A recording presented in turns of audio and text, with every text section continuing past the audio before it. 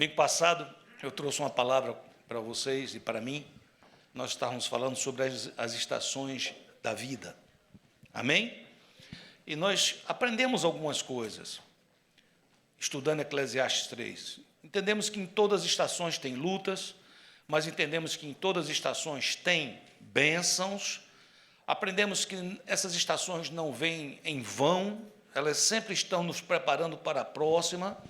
Nós entendemos que o que precisamos aprender nisso tudo é a permanecer no Senhor. Ele é a videira, nós somos os ramos, os galhos. Nós precisamos permanecer nele. Quando permanecemos nele, podemos passar por invernos, podemos perder as folhas, podemos passar por lutas, verões escaldantes, mas na estação apropriada daremos fruto. Amém, queridos? Toda vez que eu aprendo uma verdade bíblica, ou que a gente ressalta essa verdade bíblica, é muito importante, eu pelo menos assim acho, procurar personagens bíblicos que possam ter vivido esta realidade, ou personagens bíblicos que se atreveram a quebrar esse princípio, a não viver isto, para que a gente possa ver os resultados, as consequências. Eu escolhi um personagem, o rei Davi, e o tema da mensagem de hoje é as estações na vida de Davi. E eu vou dizer por que escolhi Davi. Porque em Atos, capítulo 13, 22, a parte B do versículo, Deus diz assim, Lucas, que está escrevendo Atos, está escrevendo uma palavra de Deus. Achei Davi, filho de Jessé, homem segundo o meu coração, que fará toda a minha vontade. Então, quando eu li mais uma vez, na minha vida, já li tantas vezes esse versículo, esse é um versículo muito citado, eu disse, eu quero dar uma olhada na vida de Davi, eu quero saber exatamente como foi que Davi passou por cada estação da sua vida e o que é que nós podemos aprender com Davi. Eu estava entrando ali e estava conversando com José Luiz, e falávamos que com os anos a gente cria uma coisa chamada experiência, não é? E a experiência ela vem através dos aprendizados, das coisas certas que fazemos, mas também dos nossos erros. Feliz o homem que, ao cometer um equívoco, ao cometer um erro, se arrepende e aprende com ele. E aprende com esse erro. Todo esse, digamos aí, esses fundamentos, nós vamos encontrar na vida de Davi. Nós entendemos que, quando falamos de estações, não é necessariamente no Cronos. Eu vou, em alguns momentos aqui, citar uma idade cronológica de Davi. Mas nós vamos entender que as estações ocorrem independente da idade. Precisamos entender que, quando Deus quer algo para a minha vida e para a sua vida, existe um tempo determinado. Lembramos, domingo passado, quando a mãe de Jesus se aproximou dele, nas bodas de Caná, e pediu algo a ele, e ele disse a ela, mulher, ainda não é chegado a minha hora.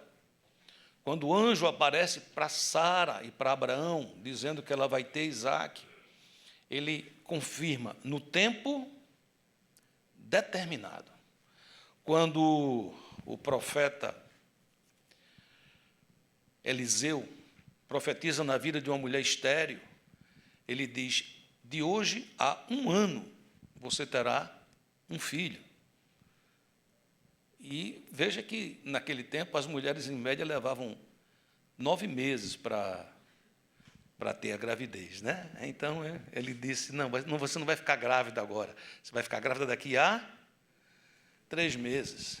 Eu, particularmente, acho que foi muita sabedoria do profeta, porque o profeta estava hospedado nesta casa e que ela e o esposo não podiam ter filhos. Ele disse, não, vou-me embora, daqui a 3 meses que você vai engravidar, para que não haja o quê? Comentários malignos. Deus é impressionante. Eu gosto da Bíblia, porque a Bíblia é cheia de detalhes. Não é bom isso, né? Uma das coisas que eu acho maravilhosa na Bíblia, maravilhosa, é o fato dela já contar o final. Pelo menos o final que nos interessa, porque diz que depois do final aí é que vai começar, não é verdade? Quantos aqui gostam de ler livros? Não fica com vergonha, não. Levanta a mão, né? Hoje em dia parece que não está com tanta moda. Uma das boas maneiras de você escolher livros para ler, vou dar uma dica a você, antes de você ler profundamente, é o seguinte: você leia as orelhas, as recomendações, o epílogo, escolha 2 capítulos para você dar uma lida e vá para o último capítulo. Você diz, e aí? Isso vai dizer a você de cara, vale a pena ler ou não ler? Essa é uma técnica que não sou eu que estou falando, não. São escritores, pessoas que falam que essa é a maneira mais fácil de você se inteirar sobre o tema e dizer, vale a pena investir meu tempo lendo. Amém? A Bíblia é do mesmo jeito. Quando eu comecei a ler a Bíblia, eu li o começo, eu li as coisas, mas tive uma curiosidade enorme. Fui lá para o final da Bíblia. E eu descobri que lá no final, o Cordeiro venceu. O leão da tribo de Judá, que esteve morto, mas reviveu. E ele voltará para aqueles que amam a sua vinda. Amém? Quando ele virá, pastor? No tempo determinado. Ele não se atrasa e nem se adianta. Mas vamos ver como foi que Davi viveu as estações. Davi era de uma família de muitos homens. Ele era o mais novo, ele era o caçula. Era o fim de rama. Seus irmãos, alguns deles, os mais velhos principalmente, trabalhavam com o rei. Eles eram militares. E a Davi sobrou cuidar das ovelhas do pai. Em Samuel 17, nós lemos assim: apresentaram-se os 3 filhos mais velhos de Jessé a Saul e o seguiram à guerra. Chamavam-se Eliabe, o primogênito, o segundo Abinadab e o terceiro Samá. Davi era o mais moço. Só os 3 maiores seguiram Saul. Davi, porém, ia a Saul e voltava para apacentar as ovelhas de seu pai em Belém. Então, aqui está dizendo que Davi apacentava as ovelhas do seu pai. Mas aqui também diz que ele ia a Saul e voltava. Depois a gente vai entender isso, um tipo de trabalho. Há um momento que o seu pai o envia para levar mantimentos para seus irmãos. Também manda lá uns presentes para o chefe da guarda. Davi estava fazendo aqui uma função que era muito comum naquela época, chamava-se delivery. Mas parece que ele não ganhava tip, era só ir e voltar mesmo, né? E há um momento que, quando ele chega lá, ele vê um gigante, que todos nós conhecemos esse gigante. Como é o nome dele? Golias. E ele fica indignado, porque aquele gigante está afrontando o povo de Deus, está afrontando o Deus de Israel. E ele então começa a perguntar, e ele fez uma coisa supernatural. Ele procura seu irmão, e ele pergunta, o que está acontecendo por aí, o que está havendo? E ele recebe uma palavra dura do seu irmão. Ou seja, ele estava levando comida para o irmão, estava levando mantimento para o irmão, faz uma pergunta e leva o quê? Uma reprimenda. 1 Samuel 17, 28. Ouvindo Eliabe, seu irmão mais velho, falar aqueles homens, acendeu-se-lhe a ira contra Davi e disse, por que desceste aqui? Bem conheço a tua presunção, a tua maldade, e a tua maldade. Desceste apenas para ver a peleja. Respondeu Davi, o que foi que eu fiz agora? Eu fiz somente uma pergunta.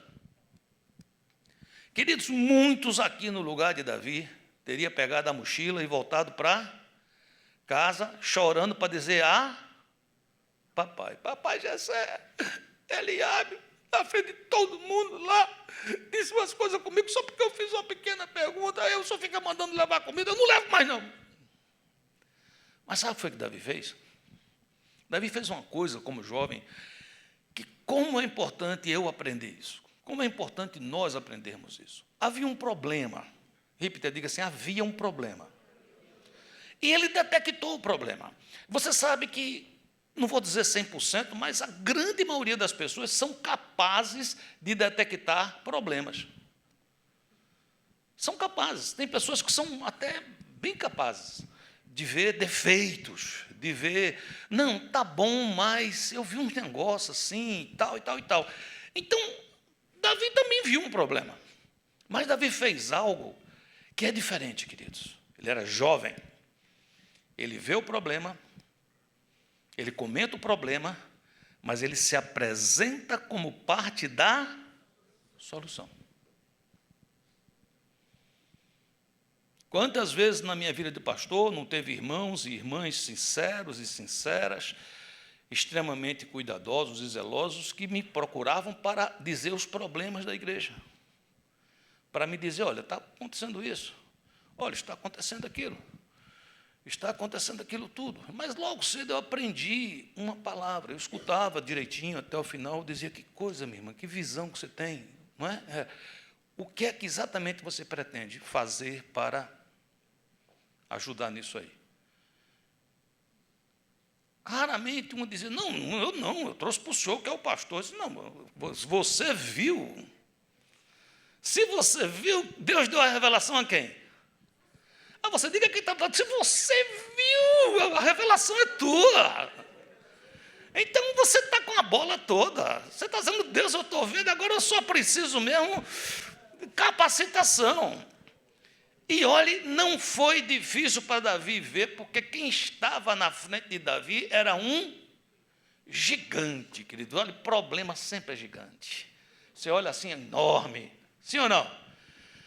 Tem um bocado de coisa boa, tem um bocado de coisa acontecendo, mas aquele gigantão é chato que só, não é não? Aí Davi, 1 Samuel 17:32, Davi disse a Saul, não desfaleça o coração de ninguém por causa dele. Teu servo irá e pelejará contra o filisteu. A gente já sabe o resto da história, não sabe ou não? Mas foi fácil Davi enfrentar esse gigante. Ele teve que enfrentar vários gigantes. Porque quando você se levanta para ser parte da solução, não pense que você vai receber ajuda de todo lado. Quando ele diz, eu quero ajudar, a primeira pessoa que fala é o próprio rei. Diz, não dá, você é muito jovem. Os irmãos já tinham dito, você é um presunçoso. Ele vem aqui para atrapalhar o negócio. Só que é diferente, porque o irmão tinha dito que ele estava lá para ficar assistindo de camarote, a vergonha. E ele disse, não vim fazer isso, não, eu vim me oferecer. Você não teve coragem, mas eu vim me oferecer. E eu vim me oferecer não é porque eu sou forte. Eu vim me oferecer não é porque eu sou grande. Eu vim me oferecer porque eu sirvo a um Deus imenso. Eu vim me oferecer porque esse gigante aí, ele está afrontando o Deus de Israel. Queridos, quantas vezes os gigantes não se levantam no seu lar? E a gente fica procurando alguém para resolver o problema do meu lar. Você viu, vi, o gigante está na frente, está. Levanta como Davi levantou e diz, eu vou. E eu não vou assim, não, eu vou no nome do Senhor dos Exércitos. E isso muda a perspectiva, queridos. Isso muda a perspectiva. Davi, você sabe, teve vários problemas, colocaram nele aquela armadura do rei, ele não sabia nem andar. Porque às vezes é isso, às vezes querem vestir você com a roupa que não é tua. Às vezes, para resolver os problemas, as lutas das estações da vida, chega alguém com uma solução feita. A pessoa diz, você está passando por isso? Estou. Então, está aqui, ó, faça isso. Mas não é assim. Por que não é assim, pastor? Porque cada um de nós é diferente. Nós somos diferentes um do outro. O Deus é o mesmo, mas nós somos diferentes. Então, Deus, ele tem uma solução e uma estratégia para cada um de nós em cada situação. Muitas vezes, como pastor, eu tive a tentação, e às vezes até fiz, da pessoa me apresentar um problema e eu dizer assim, vamos resolver isso. Introdução, 3 pontos, conclusão. Vá para casa, faça que vai dar certinho. Você acha que deu? Não dá. É preciso levar essa pessoa à presença do rei dos reis, para que o rei dos reis diga a esta pessoa. É preciso que nós entendamos isso. Nós precisamos ser parte da solução, e essa parte da solução não conseguiremos fazer sem Deus. Quando Deus entra na história, a gente olhando para Golias, deixa de dizer assim, esse problema é tão grande que eu não sei como é que eu vou fazer. Eu penso que Davi, quando olhou para Golias e viu aquele testão, ele disse, não dá para errar. Não dá para errar. A Bíblia diz que ele deu uma pedrada, cravou no meio, ou seja, quanto maior, vai ser melhor, por causa da perspectiva que muda. Quando eu estou passando por uma estação que aparece um gigante, quando eu estou passando por uma estação que eu sou incompreendido, quando eu estou passando por uma estação que eu faço um favor e ainda levo uma bronca, não poderei sair disso se eu não me oferecer como parte da solução. Às vezes estamos tão cansados que queremos que alguém apareça que faça tudo, que resolva, que fale com o meu cônjuge, que fale com o meu filho que está desobediente, que fale com o meu pai que não está me entendendo, que converse com o meu chefe, liga para o meu chefe lá, pastor, diz a ele que o senhor é meu pastor, e diz a ele que eu estou ganhando muito pouco. Eu acho que ele não vai ouvir. Então é importante entender essa primeira coisa. Em outro momento, Deus diz ao profeta Samuel, que Samuel fosse à casa de Jessé. Jessé era o pai de Davi. Era o dono das ovelhas. E ele diz que da casa de Jessé, ele ia levantar um rei, que iria substituir Saul, que tinha virado um rei endemoniado. E sabe de uma coisa, queridos? Em 1 Samuel 16:1, disse o Senhor a Samuel, até quando terás pena de Saul? Havendo eu rejeitado, para que não reine sobre Israel, enche um chifre de azeite e vem, enviar-te-ei a Jessé, o belemita, porque dentre os seus filhos me provi de um rei. Ele chega na casa de Jessé e diz, Jessé, eu estou aqui para te dizer que Deus me mandou aqui. Eu estou aqui com um chifre cheio de azeite e eu vou derramar sobre um dos seus filhos, que será ungido rei no lugar de Saul. Eu não sei a reação de Jessé, porque a Bíblia não diz, mas deve ter ficado feliz. E ele então chama todos os filhos, menos Davi. Davi foi esquecido pelo próprio pai. 1 Samuel 16:11, perguntou Samuel a Jessé, acabaram-se os teus filhos? Porque os 11 passaram na frente dele, a tropa passou na frente dele. Ele respondeu, ainda falta o mais moço, que está apacentando as ovelhas. Veja o currículo aqui que ele está dando. Ele disse, eu mandei aí uns aí que são militares, pessoal já experiente. O que tem ali é apacentador de quê? De ovelha. Disse, pois, Samuel a Jessé, manda chamá-lo, pois não nos assentaremos à mesa sem que ele venha. Queridos, Deus honrou Davi, sim ou não? Davi é ungido rei de Israel na presença dos seus irmãos, do seu pai e da sua família. Que bênção, sim ou não? Então veja que estação tremenda. Numa estação estou enfrentando aqui um gigante, noutra estação estou sendo ungido rei. Mas só tem um problema, queridos. É que ele foi ungido rei, mas houve algum problema de comunicação. Não avisaram a Saul. Saul continuou sentado lá no trono. Já estava empichado, foi feito o impeachment, mas ele não sabia.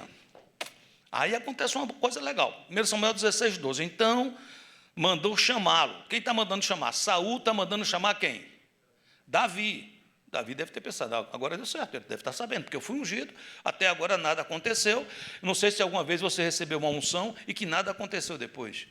Eu não sei se alguma vez alguém chegou e disse, eu vou orar por você, você vai ser uma bênção, você vai fazer isso, você diz, pronto, agora vai funcionar. E dá uma semana e nada. Dá um mês e nada.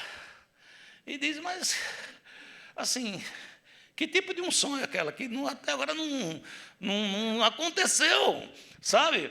Mas aí agora o rei manda chamá-lo. Ele disse, opa, vamos lá. Ele era ruivo, de belos olhos e boa aparência. Disse o Senhor, levanta-te e unge-o, pois este é ele. Tomou Samuel o chifre de azeite, ungiu no meio de seus irmãos. Daquele dia em diante o Espírito do Senhor se aposta de Davi. Então Samuel se levantou e foi para Ramá. 1 Samuel 16, 19. Saul enviou mensageiros a Jessé, dizendo, envia-me Davi, teu filho, que está com as ovelhas. Assim Davi foi a Saul e esteve perante ele. Este o amou muito e fez dele o quê? Seu escudeiro. Ele foi arranjou um trabalho, um bico lá no palácio. Não sei se você está me entendendo. Está entendendo, sim ou não? Ungido o rei, o profeta ungiu, virou as costas e foi para Ramá, e eu fiquei ungido. O rei me chama, e quando eu chego lá, o rei diz, olha, eu amo você, estou com o coração apaixonado por você, e eu quero que você trabalhe para mim como meu escudeiro. Aí você diz, mas como é que pode? É porque você tem que entender as estações. Você está aqui comigo, sim ou não? Estação de reino só se entra servindo. Veja bem, estação de guerra só se vence sendo parte da solução. Quando Deus te chama para reinar, quando Deus te chama para governar, quando Deus te chama para liderar, quando Deus te chama para ser cabeça, na antessala do trono existe uma coisa chamada servir. A unção só vem sobre aqueles que servem. Davi tinha que servir Saul para receber não apenas a unção que Deus já tinha lhe dado, mas receber a unção da experiência do trabalho. Ele precisava servir o rei. Isso é uma lei, queridos. Jesus é Deus, diga, Jesus é Deus. Mas Jesus se fez o quê? Homem. E olha o que é que ele diz. O Filho do Homem não veio para ser servido, mas para servir, para que venha sobre ele a unção de homem, de Senhor, de Adão. Ao servir toda a humanidade, ele recebe o controle e o poder de governar sobre todos, e tudo e todos. Você me acompanha no que eu estou dizendo, sim ou não? Quantas vezes você está aqui, você diz assim, não, mas eu escutei uma palavra, disseram, vá para os Estados Unidos, lá vai ser uma beleza, você vai acontecer. E você estava pensando que você iria assumir certas funções, mas ainda não deu tempo para chegar nessas funções. Não sei se me faço entender o que eu estou dizendo.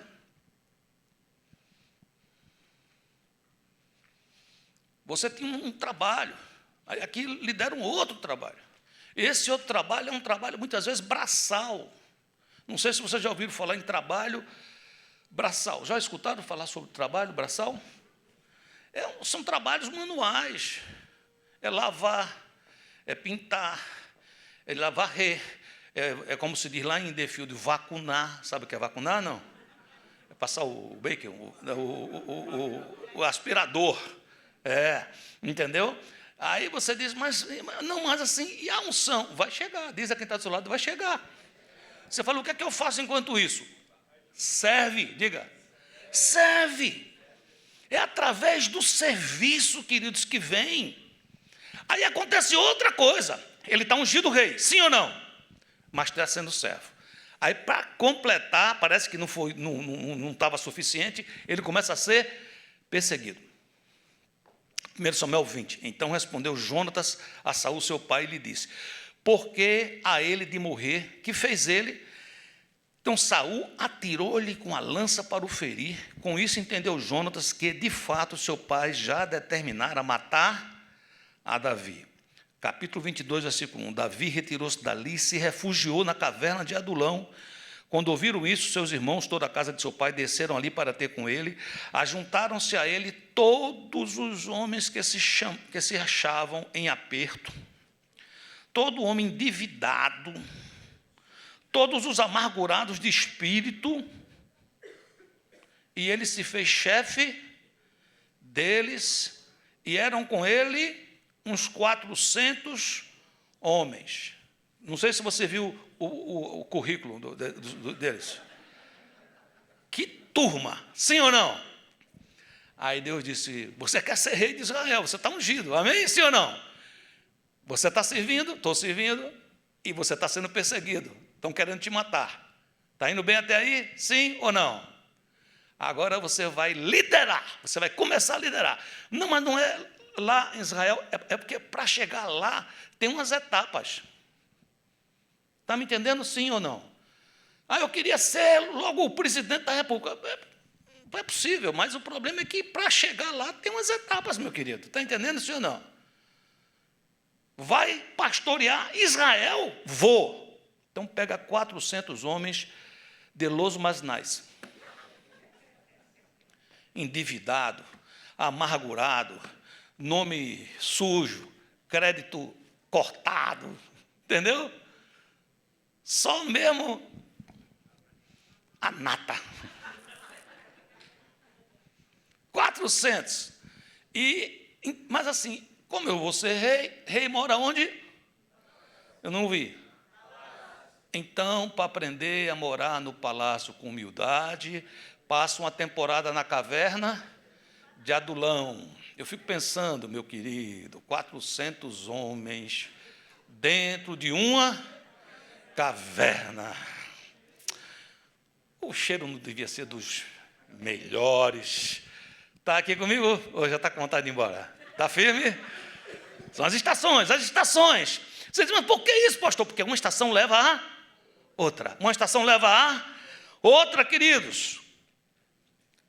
Quando finalmente, eu estou fazendo uma história longa, curta. Quando finalmente, Davi sobe no trono, quando ele é ungido, não apenas por Samuel, mas ele é ungido também rei de Judá e rei de Israel. Foram 3 unções, porque Deus dá unção, amém? Mas depois vem o reconhecimento. Fala assim, reconhecimento. É porque Deus te unge. Aí você diz, eu estou ungido. Mas parece que ninguém está sabendo. Mas as pessoas só vão saber quando você servir. As pessoas só vão saber como você, de acordo com como é que você vai reagir às perseguições. Como é que você vai reagir às dificuldades. Quando você tiver que estar na caverna, quando você tiver que estar com 400 homens feridos de alma, angustiados, depressivos, e você está com eles, então aí as pessoas vão dizer, tem uma coisa diferente nela, tem uma coisa diferente nele. E você vai poder dizer, é unção de Deus. Você está aqui comigo, não está? Sim ou não? Chega o dia que Davi vai convidar o povo para a sua posse. Geralmente se faz aquele edital bonito, aquela coisa linda, aquela coisa grande, que venha rei de fulano, rei de Beltrano, porque será ungido Davi, de tal, filho de Jessé, tal, babá. Eu vou resumir o convite. Posso resumir o convite? 1 Crônicas 16, 31. Alegrem-se os céus e a terra exulte, e diga-se entre as nações, reina o Senhor. Não é Davi que reina. Ele aprendeu, queridos. Ele passou por problemas, ele foi lá funcionário do rei. O rei ficava endemoniado, jogava lança nele. O rei perseguiu, ele teve que fugir. Ele foi para uma caverna, ficou com essa turma lá dentro dessa caverna, passando por lutas. Houve um momento que ele pegou o pai dele, a mãe dele, levou para um rei amigo e disse, cuida dele, porque eu nem sei o que é que Deus vai fazer comigo. Uma luta tremenda, uma batalha grande. Há historiadores que dizem que do dia da unção até o dia que ele toma posse, pode ter levado entre 13 a 17 anos. 13 a 17 anos. Quanto tempo você está esperando para que se cumpra o que Deus prometeu? Ah, pastor, já faz bem uns 6 meses. 13 a 17 anos. 13 a 17 anos. Mas ele não esperou para viver quando chegou lá, não. Ele foi vivendo nesse tempo e foi compondo salmos nesse tempo. Quando ele escreve o Senhor é meu pastor e nada me faltará, ele estava embaixo de perseguições. Quando ele escreve o Salmo 42, ele estava embaixo de angústia. Quando ele escreve cada um desses salmos, foi durante o processo. Ele não disse, quando tudo ficar bem, aí eu vou comprar uma guitarra para mim e vou cantar. Não, queridos. Durante. Você pensa que Davi era o tempo todo alegre? Você acha isso? Não, Davi tinha momentos de alegria, Davi tinha momentos de profunda tristeza. Se você for ler o livro de Salmos, você vai ver Salmos ele dizendo assim, meus inimigos estão contra mim, eu me sinto cercado, eles querem acabar comigo, eles querem me destruir. Como cresceram meus inimigos, como são muitos os meus adversários. Eles se levantam e dizem, não há salvação para ele em Deus, me sinto encurralado. Angústia de morte me cercaram. Eu sinto que meus pés estão dentro de um pântano, de um lodo. Parece que quanto mais eu me movo, mais eu desço. Há um momento, queridos, no Salmo 42, 3, que ele diz, as minhas lágrimas têm sido o meu alimento, dia e noite. Enquanto me dizem continuamente, o teu Deus onde está? Você nunca teve essa pergunta no interior da sua alma? Lá dentro, você passando por luta, ou uma pessoa que se ama muito passando por luta, passando por uma dificuldade, você dizendo, as tuas lágrimas, dizendo a você, cadê teu Deus? Onde está o teu Deus? No versículo 4, lembro-me destas coisas, e dentro de mim se me derrama a alma. Isso é um momento de depressão profunda, isso é mais do que tristeza. É um momento de desânimo. Mas até nesse momento a gente aprende com ele. Você diz, como é que a gente deve fazer nesse momento, pastor? É preciso uma reação. Há um trecho na palavra que diz que toda arma que se levantar contra você em juízo, tu a condenarás, porque esta é a herança do servo do Senhor. Quando você está em juízo, qual é a arma que é utilizada por advogados, promotores, defesa, testemunhos? Qual é a arma que é usada? Diga, palavra. Então, toda arma levantada contra você em juízo, toda acusação que for levantada contra você em juízo, ora, acusação de quê? Bem, o diabo está acusando pastor Júnior, que o senhor é um pecador. Oh, grande novidade! Quem é que não sabe? Eu acho que o universo todo sabe que o pastor Joaquim Júnior é um pecador. Sim ou não? Agora, eu sou um pecador lavado no sangue do Cordeiro. E isso muda. Porque a palavra diz que se confessarmos os nossos pecados, ele é fiel e justo para nos perdoar e nos purificar de toda injustiça. Não é por meu mérito, quem sou eu? É pela graça, Amém? Mediante a fé que somos salvos. Não vem de vós, é dom de Deus. Não vem das obras para que ninguém se glorie. Então, toda arma que for forjada contra você em juízo, você tem uma herança. Diz aí a quem está do seu lado, diga, você tem uma herança. Diga, usa esta herança. E você fala, qual é a herança, pastor? A herança é que você pode condenar. Tu a condenarás. Como é que eu faço isso?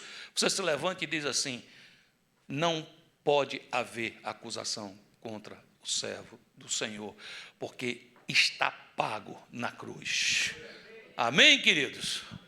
Lembro de uma música muito antiga. Quando eu canto essas músicas antigas, não é porque eu sou velho, não, gente. É porque música boa não morre, a gente fica aprendendo, não é não? Não sei se eu vou lembrar dela toda, mas tem uma parte que diz assim, de todas as provas que eu já passei, é tão difícil, Senhor, a gente ter que ouvir acusações do vil tentador, lembranças do passado vêm, que querem me fazer parar, às vezes palavra de alguém que não quer na gente acreditar, mas quase parando, sem força, vigor, a gente lê a palavra, encontra poder e razão para vencer, continuar a jornada, lembrar e ver que o passado ficou para trás, pois Cristo na cruz tudo já venceu, e saber que dele não lembra mais. Eu canto para a glória de Deus. Aí o povo de Deus diz: nenhuma condenação há para quem está em Cristo Jesus, cuja vida coberta está pelo sangue que verteu na cruz. É certo que provas virão, investidas do vil tentador, nenhuma condenação há para quem está em ti, querido Senhor. Aleluia, glória a Deus. É nessa hora que Davi se levanta, sabe, queridos? Quando as lágrimas estão dizendo a ele, por quê? O que adiantou? O que adiantou servir? O que adiantou obedecer? O que adiantou você sair cantando? O que adiantou você fazer cultos? O que adiantou você ser fiel? Aí ele entra no versículo 5 e diz assim: por que estás abatido, ó minha alma? Porque te perturbas dentro de mim. Espera em Deus, pois ainda o louvarei, a Ele, meu auxílio e Deus meu. Quando você escutar essas lágrimas dentro de você, quando você entender essa dor subindo, você, eu, nós precisamos aprender a dizer assim: cale-se, cale-se, porque eu sirvo a um Deus vivo. Amém, queridos? Sabe, queria dizer, esse homem de Deus, esse homem segundo o coração de Deus, um dia ele caiu. Eu não sei exatamente por que motivo, era para Davi estar na guerra e Davi não estava na guerra. É muito complicado a gente entrar em guerra que não é nossa. Mas é perigosíssimo fugir das guerras que são nossas. Muitas vezes a gente entra em guerra que não é nossa, não é sua. Paulo disse: eu combati o bom combate. Então, se existe o bom combate, é porque também existe o mau combate. Então, a Bíblia diz que no ano que os reis saem para a batalha, Davi ficou em casa. Por que Davi ficou em casa? Não sei. Mas pode ter mil motivos. Pode ter ficado orgulhoso, a dizer: tem um exército tão grande, eu não preciso de mais ir à frente de batalha, é um risco. Eu, como rei, é melhor que eu fique aqui. Mas sabe, queridos, pode caminhar que pode ter acontecido muita coisa. Muita coisa. Muitas vezes nós começamos a perder o ânimo para cumprir o chamado do Senhor.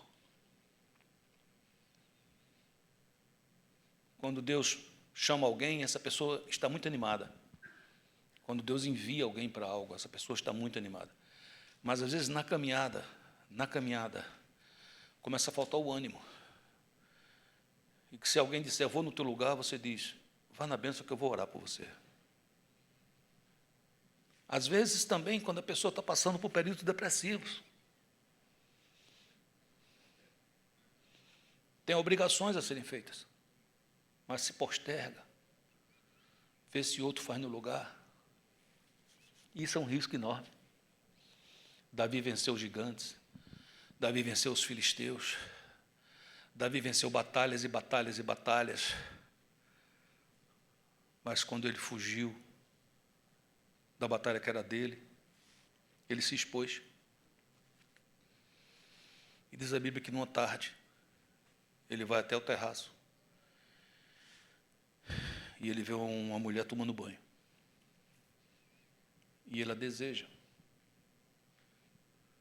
Porque quando nós fugimos da batalha que é nossa, que Deus lhe deu, porque perdemos o ânimo, muitas vezes queremos compensar com prazeres fugazes,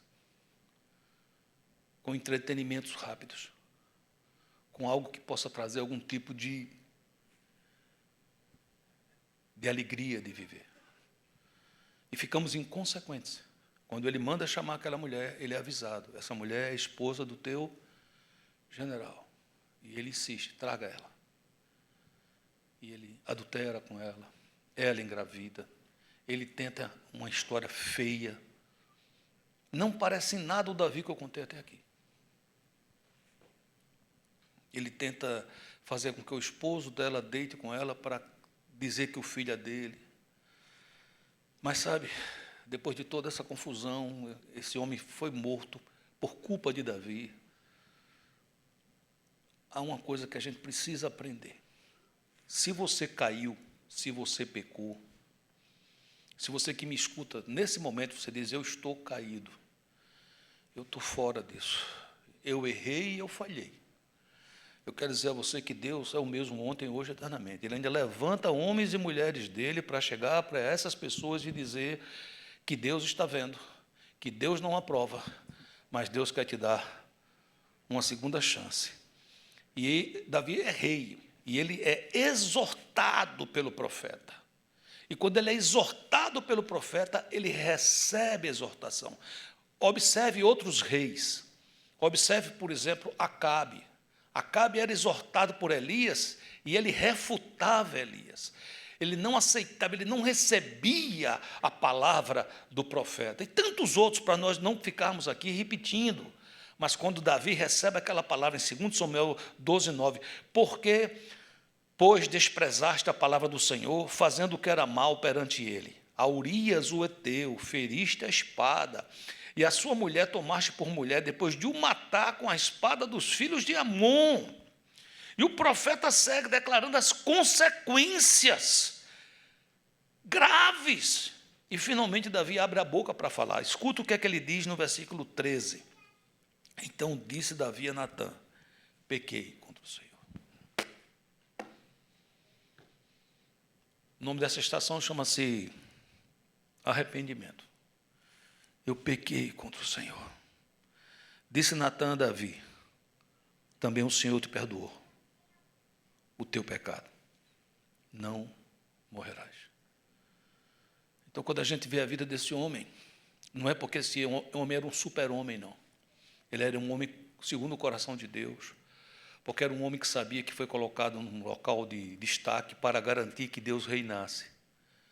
E era um homem que errava, como eu e você, mas quando exortado, era capaz de se humilhar, de aceitar que errou e de receber as consequências do seu erro, contanto que voltasse a ter paz e comunhão com Deus. Quero terminar lendo o que aconteceu no final da vida de Davi.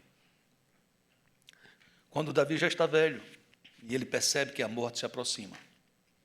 1 Samuel 23:1 diz: estas são as últimas palavras de Davi. Palavras de Davi, filho de Jessé. Palavras do homem que foi exaltado, do ungido pelo Deus de Jacó, do cantor dos cânticos de Israel. O Espírito do Senhor falou por meu intermédio. A sua palavra esteve em minha língua. O Deus de Israel falou. A rocha de Israel me disse: quem governa o povo com justiça, quem o governa com temor de Deus, é como a luz da manhã ao nascer do sol. Numa manhã sem nuvens, é como a claridade depois da chuva, que faz crescer as plantas da terra. Você já imaginou as últimas palavras serem palavras como esta? Um homem que lutou, um homem que sofreu, um homem que teve vitórias, mas teve derrotas, um homem que pecou, um homem que sofreu as consequências, mas ele termina dizendo assim: eu não vou falar aqui dos meus feitos, eu não vou falar para vocês das guerras, eu não vou falar para vocês de nada, eu vou só falar o seguinte: o Senhor me ungiu e Ele usou a minha boca para falar. E eu quero dizer a vocês que quem serve a esse Deus, as suas manhãs são claras, como o céu sem nuvens. É assim que eu estou partindo para a glória. Em cada estação, meus amados, teremos lutas, teremos vitórias, teremos tristezas e teremos alegria. O segredo não é pedir a Deus uma edição dos melhores momentos para vivermos só as partes interessantes, porque existe ensino em ambas as partes. Mas o segredo é sempre estar firme em Deus. Não importa onde. E se cumprirá na nossa vida, porque a palavra diz o que Deus usou Davi para escrever no primeiro salmo.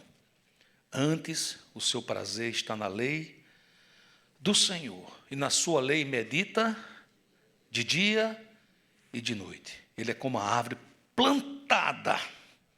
Não é uma árvore saltitante, é uma árvore plantada junto a correntes de águas, que no devido tempo dá o seu fruto, e cuja folhagem não murcha, e tudo quanto ele faz será bem-sucedido. Que o Senhor faça essa palavra entrar no meu coração, no seu coração, e que nós possamos entender que a vida tem várias estações, mas em todas elas há lutas, mas há beleza, há bênção e há sabedoria quando nós as passamos aos pés do Senhor. Que Deus os abençoe.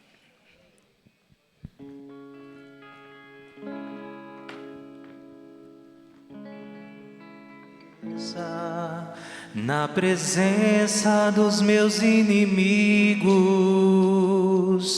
vamos ficar de pé. unge minha cabeça e o meu cálice faz transbordar. Prepara-me uma mesa na presença dos meus inimigos. Unge minha cabeça e o meu cálice faz transbordar. Jesus, levante as suas mãos. E agora, como Deus falou nessa mensagem, Deus quer te ungir com esse óleo da unção, para entender qual estação você está vivendo nesse momento. Talvez você esteja passando por uma estação difícil, uma estação onde você tem enfrentado problemas gigantes, mas o mesmo Deus que levantou Davi, que deu poder a Davi, que restaurou a vida de Davi, Deus quer fazer o mesmo com a sua vida. Deus quer abençoar a tua vida. Levante a sua mão e comece a dar graças a Deus, dizendo: Senhor, eu quero aprender o que eu tenho que aprender nessa estação. Eu preciso, Senhor, do poder do Espírito Santo sobre a minha vida. Eu preciso, ó Deus, que o Senhor me mostre, Senhor, ó Senhor, as estratégias, aquilo que eu preciso aprender, para que eu possa aprender, que eu possa crescer e que eu possa multiplicar o Teu reino, em nome de Jesus, em nome de Jesus, em nome de Jesus, em nome de Jesus. Coloca a mão no ombro da pessoa que está do seu lado.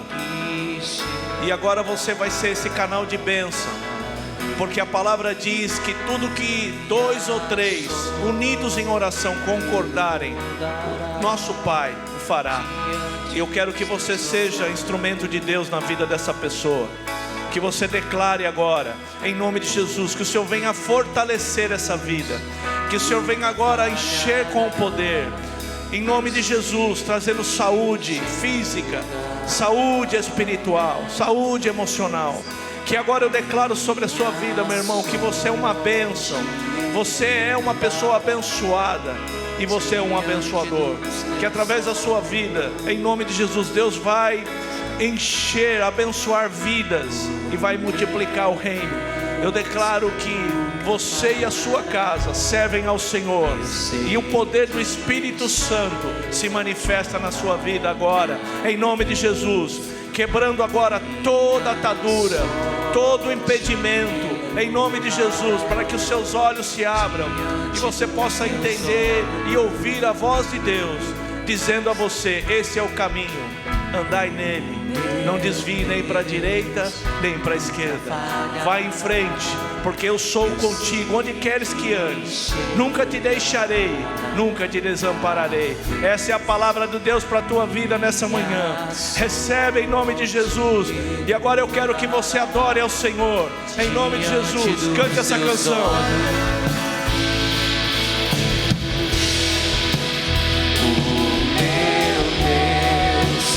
Nunca falhará, eu sei que chegará minha vez.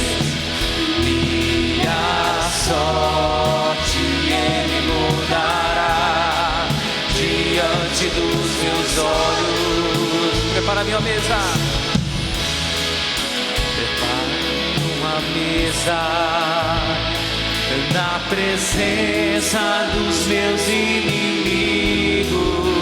Ele unge minha cabeça, unge minha cabeça, e o meu cálice faz transbordar. Prepara-me uma mesa na presença dos meus inimigos.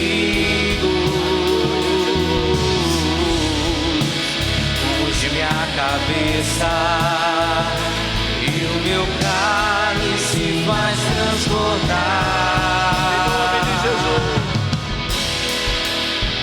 O meu Deus nunca falhará. Eu sei que chegará minha vez. Minha sorte Ele mudará diante dos meus olhos.